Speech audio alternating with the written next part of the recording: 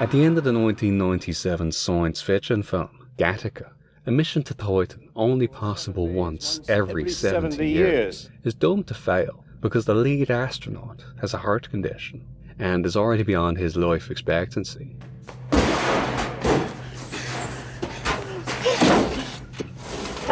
It would probably diminish the gravitas if Andrew Niccol included a post-credits scene of Vincent floating in space, having expired during the mission. But this is what's going to happen. Are you alright, Jerome? Terrific. With the protagonist's bias, it's reasonable to think that this is a triumphant conclusion. However, Vincent lied, cheated, and committed crimes to get this mission just to ruin it.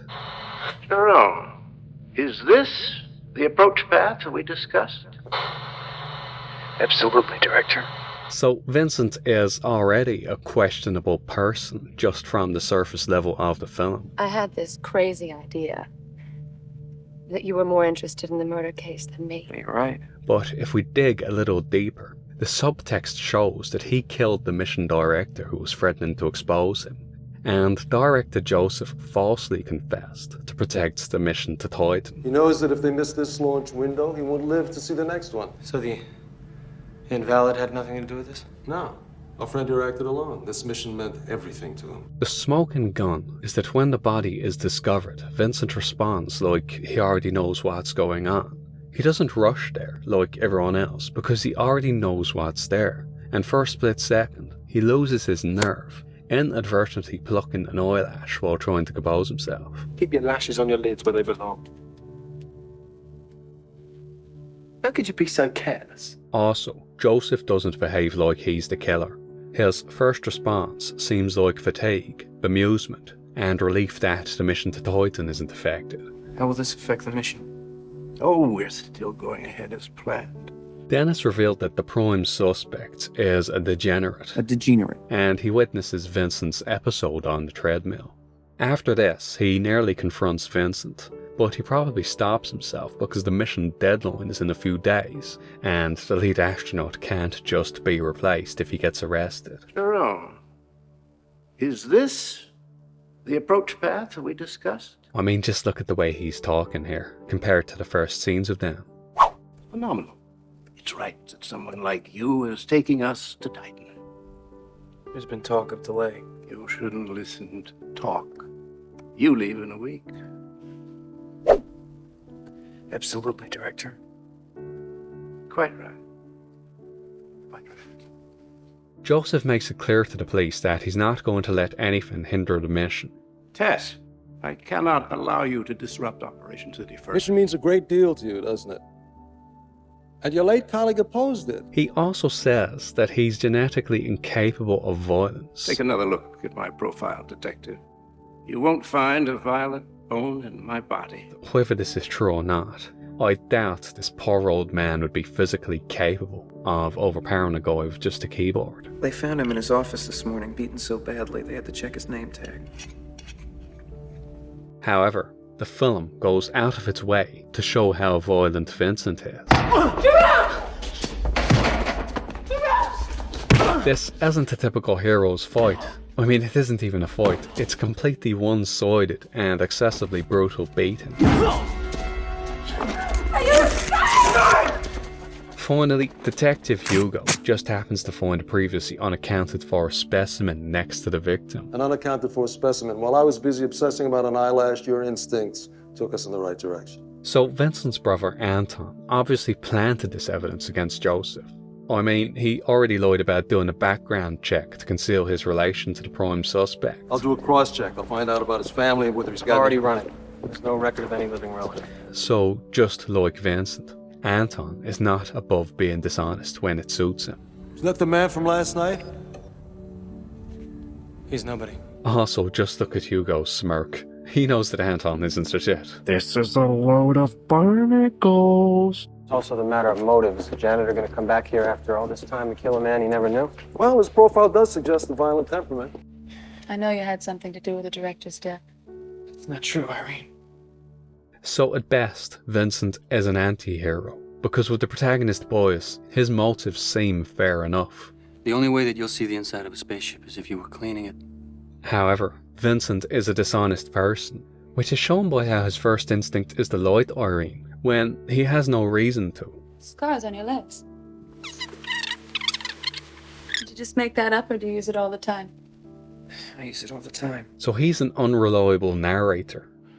I don't think he was a hero. All I think Well, he was a survivor. But it's kind of like the bad guys in a Hitchcock film. Because the camera follows them and their story, you identify with them. He tries to defend his actions by pointing out the hard luck nature of his life and the unfair society he lives in, which is just like anyone in prison trying to justify doing unjust things. Two wrongs don't make a right, Bart. Yes, they do. No, they don't. Yes, they do. No, they don't. Yes, they do. Dad! Two wrongs make a right, Lisa. Anyway, Vincent's rebellion doesn't challenge the society he's living in. He's just doing whatever he wants for his own selfish reasons, just like Jerome. It doesn't say you're crippled. I don't know, man. You've been seeming sus lately. I hurt my leg training, you moron. You sussy baka. How dare you question me? Going beyond this, Vincent's argument seems less compelling when some logic is applied. Why should anybody invest all that money to train me when there are 1,000 other applicants with a far cleaner profile? Why should they invest so much in someone of a life expectancy of 30? Vincent tries to frame this as some atrociously unfair symptom of the dystopian future, when it wouldn't be any different today. Because even without a life expectancy of 30, his extreme nearsightedness would be enough to prevent him from becoming a military pilot. I can't send a man up that doesn't know whether he's flying upside down or not.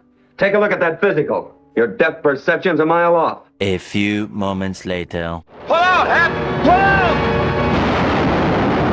It's worth highlighting that if Vincent had the same problems in 2024, he'd have no chance of being an astronaut.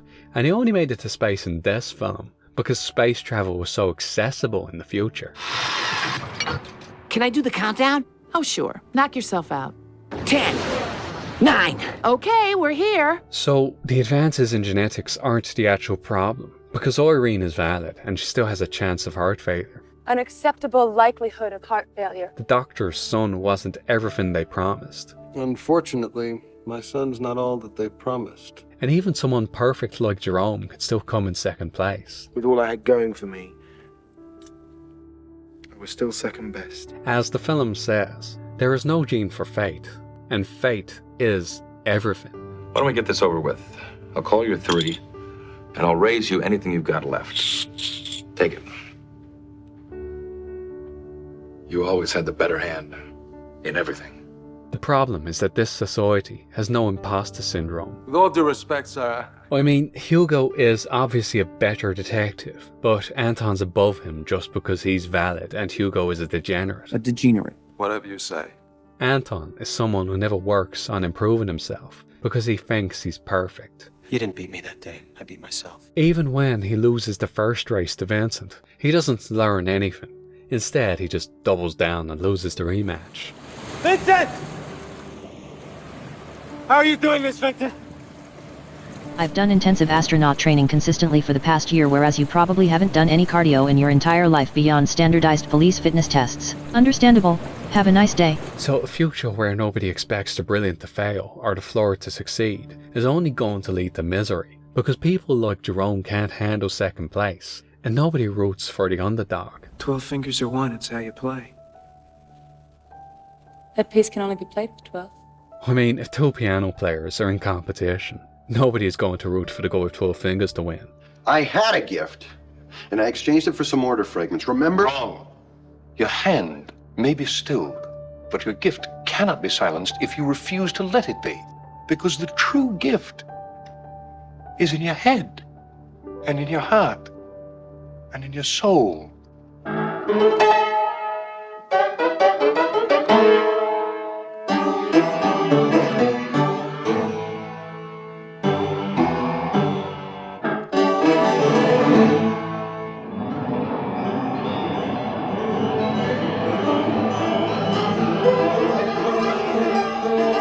However, people with 12 fingers writing music that only they can play isn't inherently bad, And the other technological advances shown in this film aren't inherently bad either. I've taken the liberty of eradicating any potentially prejudicial conditions.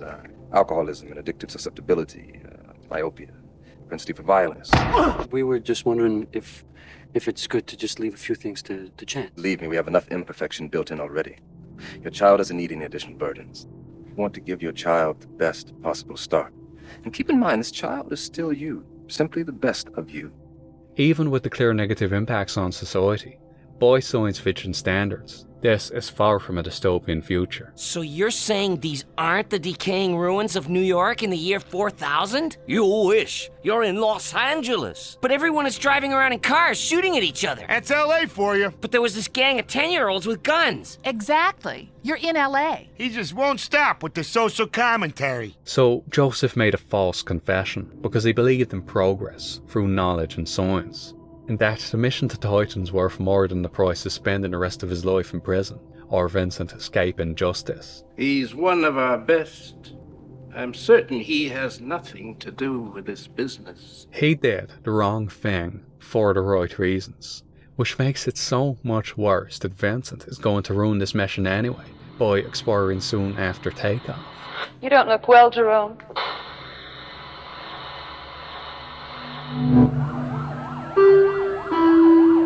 Until next week, please don't do anything that we wouldn't do, would you? And if you don't do it, don't do it something.